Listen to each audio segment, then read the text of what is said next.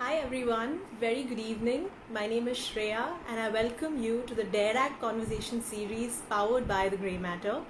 Our endeavor with the series has always been to bring forward inspirational stories of lawyers who've taken up different roles and career paths after pursuing the law. Now, for our 24th episode today, we decided to bring to you yet another inspirational story, but this one's super special because it comes straight out of the Grey Matter family. Yes, you heard it right. We're excited to welcome our radical stimulus, founder of the Grey Matter. She's a litigating lawyer turned legal entrepreneur. In her 14 years of experience, okay, sorry, can you see me? This is so strange.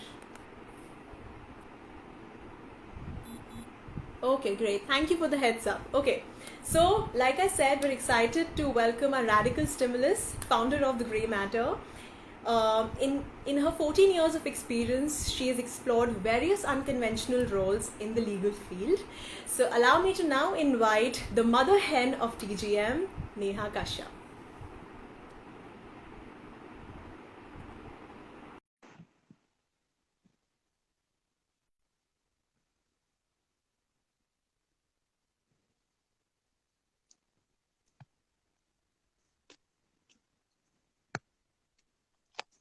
Hello, Neha. Hello. Welcome Hi. to Direct Conversation Series. How are you doing today? Thank you. I am extremely nervous, and thanks to you and Tanisha for forcing me to do this because this is very forced, and I must put it out there. it's fully forced down my throat, but yeah, I'm pretty excited And to be talking to you yet again, and Shreya. come on, it's the hot seat, and a little nervousness is always welcome. So it's great that you're nervous and excited at the same time. Okay, so Excellent. Neha, my first question to you is, what inspired you to choose law?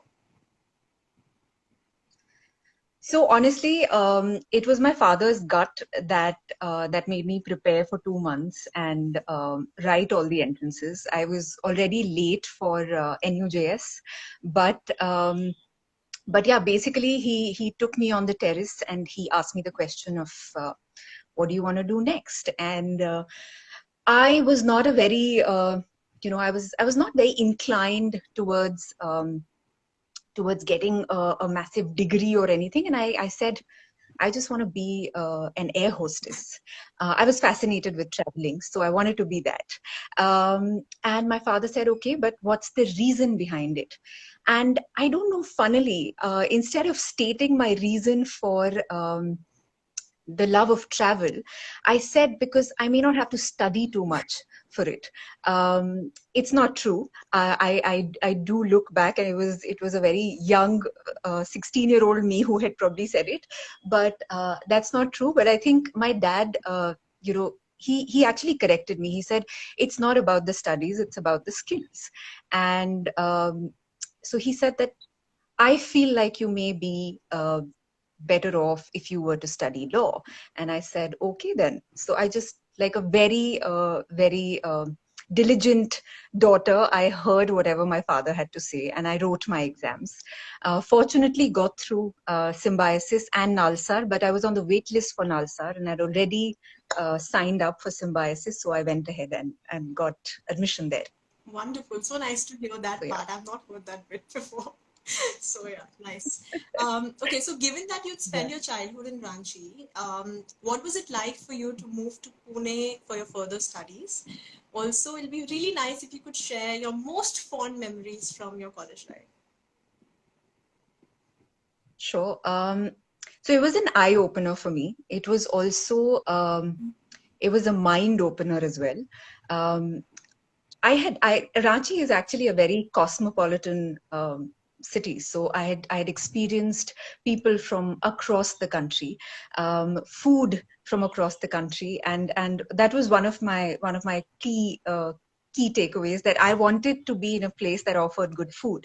It was Pune was very, very welcoming of I think people from smaller cities and those coming in from bigger cities. Pune was a very, very welcoming place in that sense. So my fond memories of Pune, well, there is it's never ending. I think my love for vada pav, poha, chai, scooty rides, friends, just all night conversations. And also the last time I sang on stage. So those are my fond memories of Pune. That's something that I live with. Never go away. So yeah. Wonderful. So tell us, what was the first job while you were still at law school? What did you do the first time? I did a lot of odd jobs while at law school. So my first job was actually selling. Britannia had come up with an assortment of cookies in the Christmas season, and I took up that job.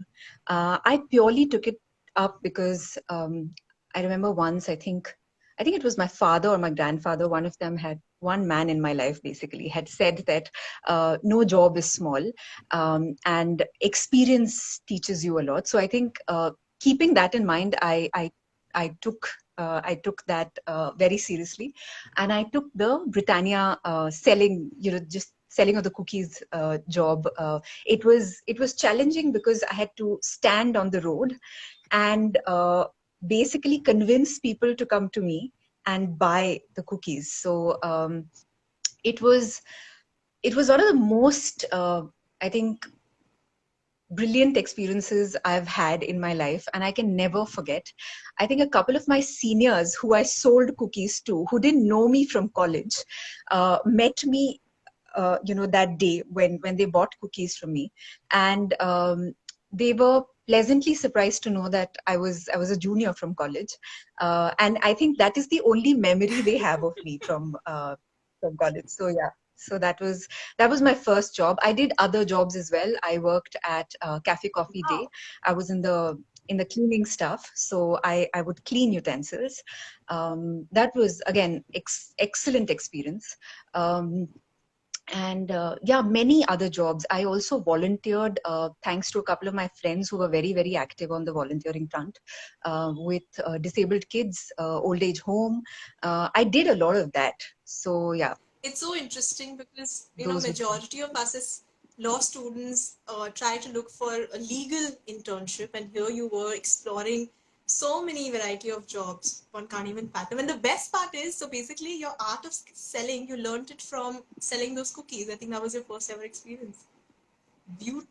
Yeah, and I can say this on record. I remember that I made the highest sale. So at that point, I was very young. I was just barely 18, 19 years old, and the experience was fun. Like I didn't care too much about if I was selling the highest or no, but I think the experience taught me a lot. So yeah, So beautiful to hear. Wonderful. Okay, so yeah. post your LLB, you decided to pursue litigation and then you moved to Delhi. What were some important revelations experienced by you from that time? So I think with my legal internships, I figured that I didn't really want to be in the. Sorry, one second. I think Tanisha is asking me to push my camera behind. Okay, is this angle Yes, any this better? is perfect. Yeah. Okay, excellent. Okay, cool. I hope my phone stays here. Okay, so I think through my legal internships, I figured that I didn't wish to work at a corporate law firm. I didn't feel culturally aligned. When I took those internships. So I what I did was I then took up a lot of legal, litigating internships, and those were always fascinating for me. And they were also,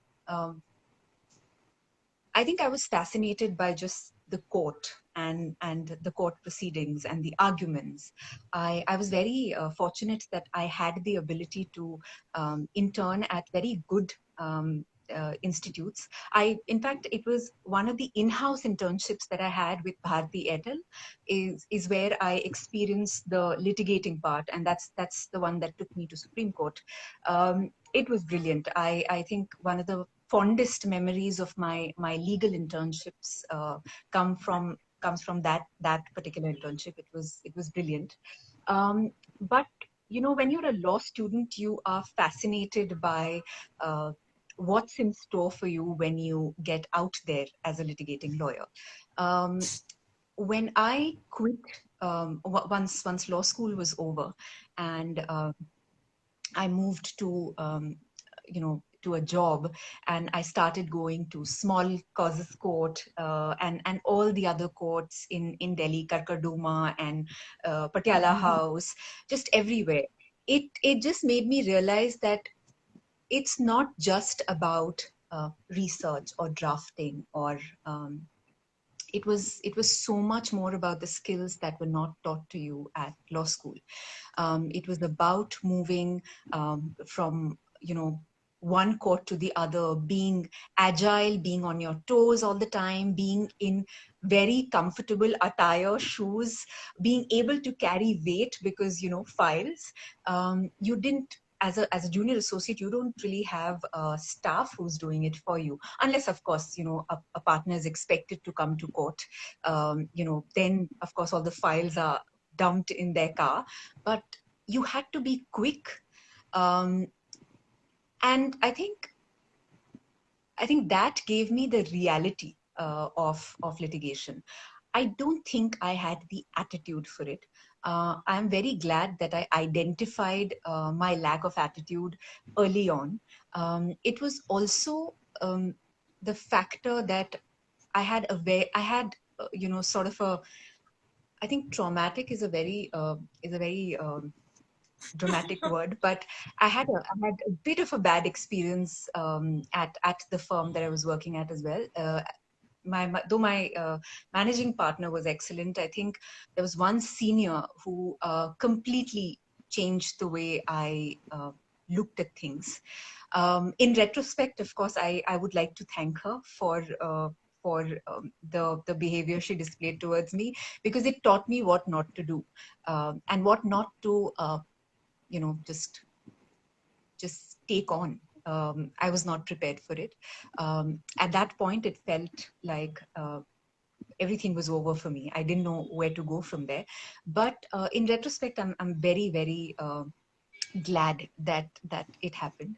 And yeah, I think I realized that I didn't have the attitude for litigation at all. And when you say the attitude for litigation, is there anything specific that you're referring to? Like, what is the attitude according to you I that's think needed? I think it's you have to be extremely resilient. You have to know how to keep yourself, you know, you have to know how to detach yourself from the matter you're working on. Of course, something on when you're working on corporate matters, it doesn't really play that big a role. But when you're working on family matters, it's sort of it's very, very important for you to know the skill of how to detach yourself from when you're learning the story of someone.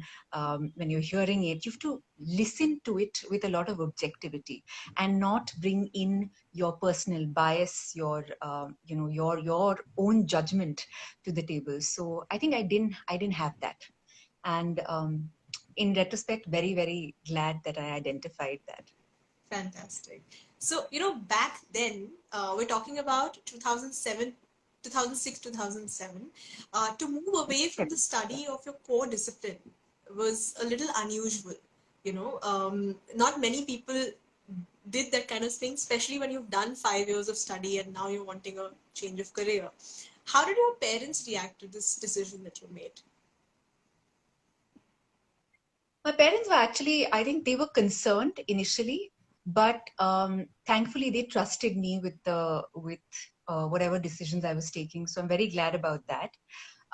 It was unconventional. I think even today, until you meet someone who's done that before you feel like whatever you're doing differently is unconventional.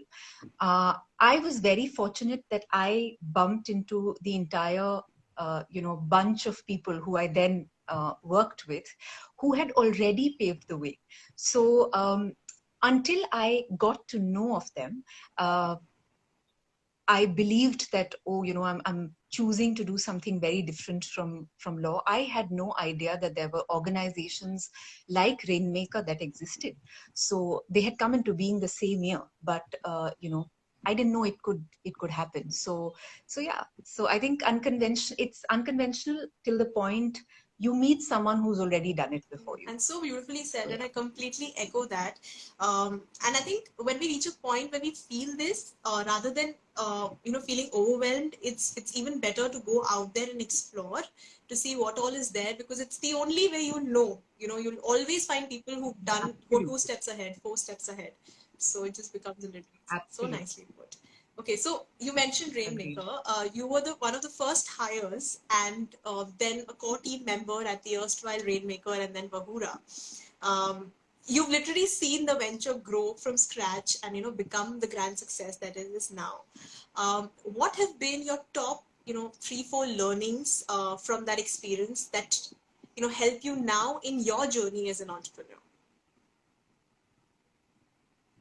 So it was, I think, those were the most beautiful 5 years of my life. Everything I had experienced in the first year of litigation and at that firm, I think, um, I just had the opposite experience at Rainmaker. I think the first learning was that you're not defined by the qualification you have or the job description you're given. Working with a startup does that for you. I think the second one was hard work, and listening intently goes a long way. I think that is something that I learned there. Um, Third thing was, I think, do as much as you can, like be more action oriented. You may fail, but you will learn quickly. That's the third one. And I think the fourth and probably the last one would be that every single function at an organization is important and critical. So it's more like a relay race, and it's never just about who started the race or who ended it. It's about the entire chain. So and how you pass the baton. So I think that is something that I learned at Rainmaker. I was one of the first few hires, and but more importantly, the first woman hire. So it was a beautiful experience. I had no idea that I learned. I could be a recruiter. I could you know go teach law students in law schools back then about CV writing or things that I did not learn at law school and how critical they were. I think that was those were some of the key learnings for me. And I think the one thing that I took away from there, and I still follow, is I know how to switch off from work. And I also believe that new ideas are always born out of boredom or slow living. It's never about the hustle and the bustle. It's not always about that. So when you practice so slow living and you're bored, that's when the most amazing and amusing ideas will come to your head. I think that's one thing that I swear by. So yeah, and conversations never go for a waste. So as much as you converse, I think new ideas are born out of that as well. I'm So so yeah. glad you pointed that out, especially because in the times that we live in, everything is so fast paced that we've forgotten how to take a pause. And I think that requirement to take a pause has become even more important in the last 1 year, with us being home quarantined and like just living the life out of our homes. So Absolutely. thank you for putting that. Couldn't agree more. Absolutely. Okay, so Hmm. you also had the exposure of working as a senior consultant at an international recruitment agency. Any takeaways from that experience? I think one of the biggest takeaways there was Lawrence Simons was a massive learning when it came to LinkedIn. They were establishing their 13th office in India. It was just two of us, the managing partner and me. So everything from pricing strategy to pitching to clients, to cold calling, to mining the candidate database on LinkedIn, everything had to be done from scratch. The good part was, while I had done a lot of in-house closures at Rainmaker, um, the in-house space at that point was evolving. It was evolving at a pace where you had to keep your ears to the ground, and I think that that experience gave me a massive exposure into the in-house space, because Lawrence Simons was very clear that they wanted to operate in the in-house space only. I made some excellent closures of the in-house side, and I'm still very proud of them. I still boast about them, and yeah, I think yeah. So pitching, pricing, how does that work in different jurisdictions? How does it pan out with different sectors and industries, and also the power of LinkedIn. I think I learned that and it was on the job training. I did it myself, but it was massive. It opened my eyes. Like I had not known that there was a candidate applicant tracking system right there, that was established for us from the Silicon Valley directly, but it was brilliant. And what fantastic timing, right? Rainmaker happened, and then Lawrence Simon happened. So you already had the base ground research, and there you were, welcome to this whole world of these processes and systems, which I'm sure at global level is a very common norm. But to bring that into a country like India, it is very fascinating. So what timing? Absolutely, absolutely was. Okay, so you also headed the practice development vertical at a tier one law firm for over 2 years before starting out on your own. Now, it was your first ever law firm experience after quitting the practice of law, and that too at a tier one firm.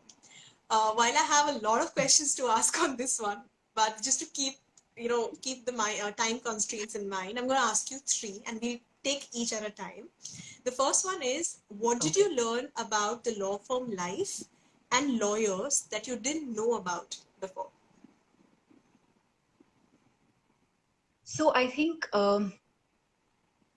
I think the first thing I learned was that a lot of our core as people and who we are takes a back seat because we get too busy with acquiring survival tactics at law firms. No one teaches us that. Um, it makes us seem at times very crass, at times rude, and it's not who we are. So we tend to judge a lot of that, the attitude of lawyers at law firms, with a magnifying glass. I think it takes the like I said, the core of who they are as people takes a back seat because they are too busy acquiring survival tactics, and the tactics keep changing year on year. So I think that was one of my key learnings. I developed a lot of empathy for them. I knew where they were coming from. I knew that they were not people who were they were not bad people, but it was not. I think they were too busy with or too engrossed, or their head was always down when it came to people, and when it came to interpersonal skills. It's not bad. It's not wrong, but I think it is time to unlearn that for them, and that's what I learned. And was it something you've discovered yourself, or was there someone who kind of showed you, gave you like a little taste of what the reality is? I think I saw people over the years, right? So I, in fact, received some amount of flack from my peers as well when I made the transition of leaving my litigation job and moving to a place like Rainmaker. I think the common dialogue there was that, why waste a seat at law school when you didn't want to pursue, right? And at that point, it seemed like a a logical argument to the young me, but later on I realized that education is never a waste. So it's not about your profession can be completely different from what your education is, and I think that is what gave me the perspective, because people tend to look at um, a lot of these management functions as just support, right? So I think the just support is a very bad way of looking at these functions. They are very, very, be it practice development, which covers the entire gamut of HR, marketing, IT, admin. I think all of that is extremely critical on a day-to-day basis, and I think that is uh, one of the key learnings I had, because I saw the attitude of people change when you didn't move, when you stayed the ground and you stayed true to who you were. I think people change. They start to I don't know what to say, but probably melt a little, like they cool down a little. So I think happening over some time, but I think we still have a long way to go, but I think it's happening, it's gradual. I'm sure people must have pushed your buttons as well, but that was also kind of transitory. It Oh comes yeah. and it goes as long as you have the larger intent in Yes, mind. Wonderful. absolutely, You spoke absolutely. about different management teams in law firms. So, just want to ask how relevant and important are non legal departments at law firms, and why are they not given enough importance, according to you? I think um i think those are extremely critical. Like I said, I think for a day-to-day functioning, you need them as much as you need your lawyers. Your lawyers need them as well. Um, they you know they ensure the smooth functioning for the entire vertical, entire firm.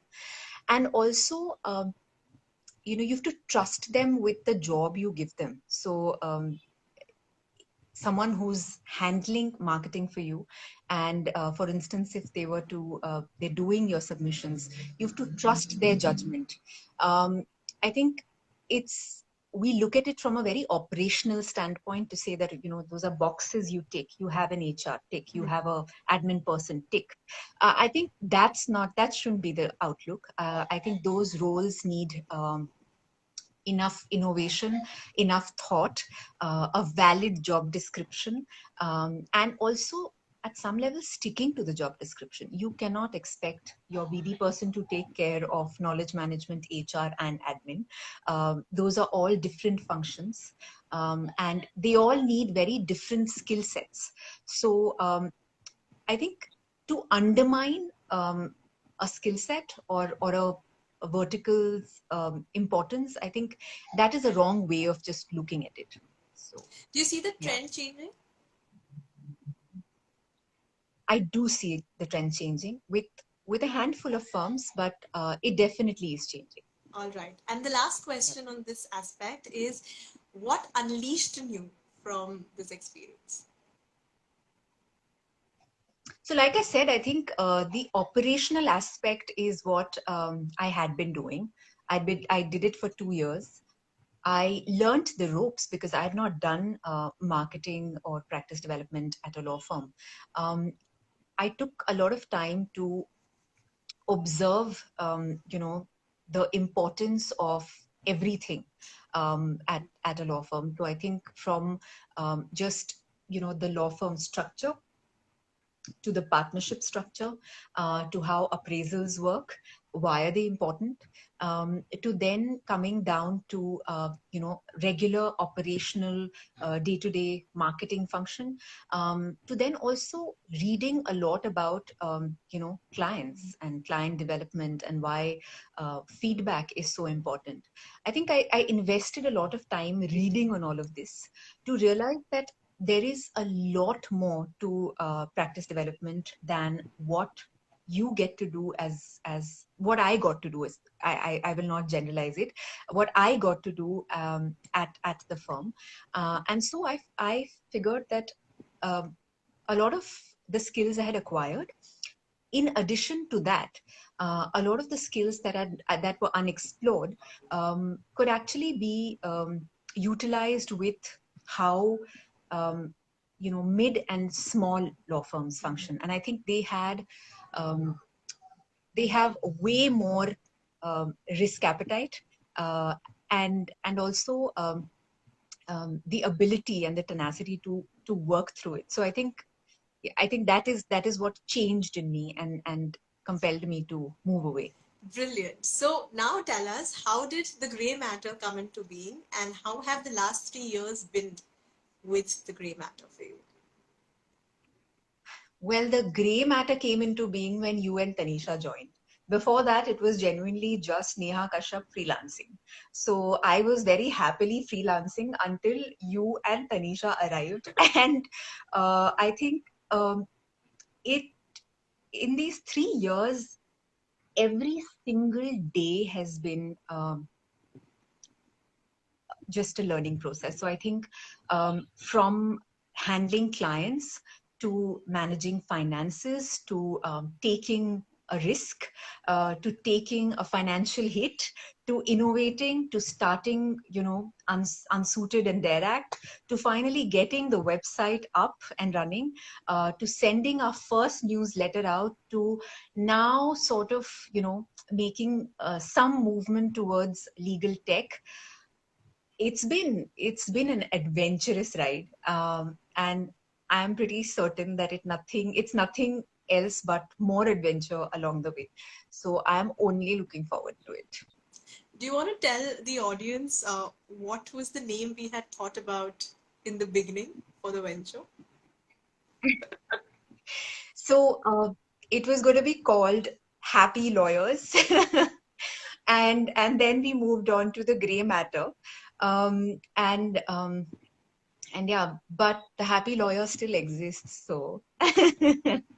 Wonderful. Okay, so you seem to be someone who says yes to an opportunity first, then figures a way and does on-the-job learning, like how you recently mentioned. Be it with litigation, recruitment, law firm, practice development, and now TGM. I'm just really curious to know, where does this come from, and also tell us what, according to you, are your core strengths. So I think and this is just, this is very me, so I'm pretty sure people are going to laugh at this section, but I think it comes naturally to me because every morning, even in my 20s, I would get up and I would feel like I can do anything. Wow. I can be a chef, I can be a farmer, I can be a potter, I could be a masseuse, like I could just be anything. And I think that is the strength.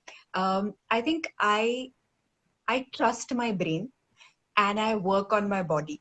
And I think I keep myself fit, is what I mean. I think that's the only thing I have. I have, there is no financial backing I have. There is no, you know, there is no legacy sort of that I have in terms of the industry or any backing. But I think it's just, I know that I trust my brain completely, and I think that is what makes me feel like I can do Anything. anything. And I think, yeah, I think that is something that keeps me alive This is so and keeps nice. me What a going. great attitude to have every day. And you know what happens when you I have think that it's attitude? It kind of, it's like a it's an effect, and it just changes it for everyone around you. So it does the same thing for the team. So if you know what you feel about yourself, and you kind of like resonate and make sure everybody feels the same. So it's a great feeling. So thank you for having that hopefully attitude. it's a good feeling. Sorry, what did you say? I said I hope it's a good feeling, and I hope that it's just, I mean, yeah. But yeah, I think it's just, yeah, it's good to just feel like you could do anything, and that keeps you going. Wonderful. Okay, so tell us, what is it like for you to lead a team? It's the most, I don't feel like I lead a team anyway. I think it's more of a learning experience, because I think people teach you the most. No books, no subject, um, nothing can prepare you for what's going to come, or what's going to be thrown at you next, more than people. And I think, we're all such diverse personalities. Be it you, be it Tanisha, we have a new member joining in. Unless we've announced, I'm not going to take her name here, but or me, I think we're all such different personalities. We've had two interns, very different and distinct, three interns actually, very different and distinct personalities as well. And I think it's it's very fulfilling to be working with a team. I always kept telling myself that I'm a lone ranger. I like to work alone. I like to be alone. I'll put my head down, I'll work, and I'll leave.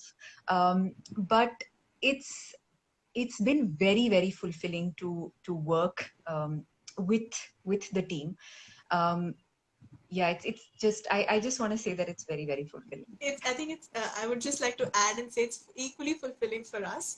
And just to share like a little anecdote, there were some times in the beginning. I think in the first 2 years, where Neha would suddenly say that I work alone. That's the best. And Tanisha and I would look at each other and be like, okay, so what do we have to do now? She would have these moments where she would just be like, I love to work alone. I'm good at work alone. We would just be like, okay. Then we realize it's just a phase. Like with her, it comes and it goes. It comes and it goes. Oh yes. Oh yes, absolutely. Tell us, where do you want to see TGM in the next 2 years? I think I just want to ride uh, along the journey. I don't know where I don't have a destination defined. I am loving the journey, so I'm just gonna continue doing that with you all. It's Who thought 3 years back that we would do something like Unsuited or Dare Act? They are both passion projects, but just the conversations have brought the widest smiles on our faces, and I think that is very, very fulfilling. um, what we do, yes, is to sustain ourselves, is to run our homes, but I think the intent with which we started were three very simple, or two very simple intents. I think one, we wanted to have control over our own time, right? That was one. Second was, I think, we wanted to just be trusted advisors, and we just kept saying that over and over and over again. And I don't know how it happened, but we actually saw that happening with our clients as well. It's been amazing in terms of just how much trust has been reposed, uh, to the onto the team. It's been very very fulfilling again. And I think that's the motto that we go with. Um, I don't want to define a destination at all, because who knows where did we start and where we are today. I think we just want to. I'm pretty sure that all of us feel the same way, that we just want to go on enjoying this journey. We'll keep innovating. We'll keep talking about newer, better, happier ideas. We will talk and bring about more happy lawyers, and I think that's the intent. And yeah. So beautifully put.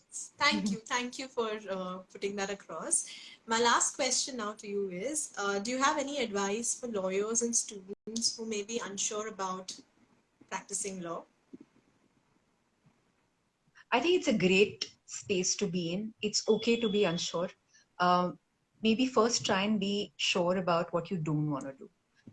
Get that clarity, and then keep exploring what your calling is. Because, to be very honest, it's not always that you find your calling in your profession. Your calling could be very, very different from your profession, and it's absolutely okay to not be sure. I'm still not sure. I'm pretty sure none of us are.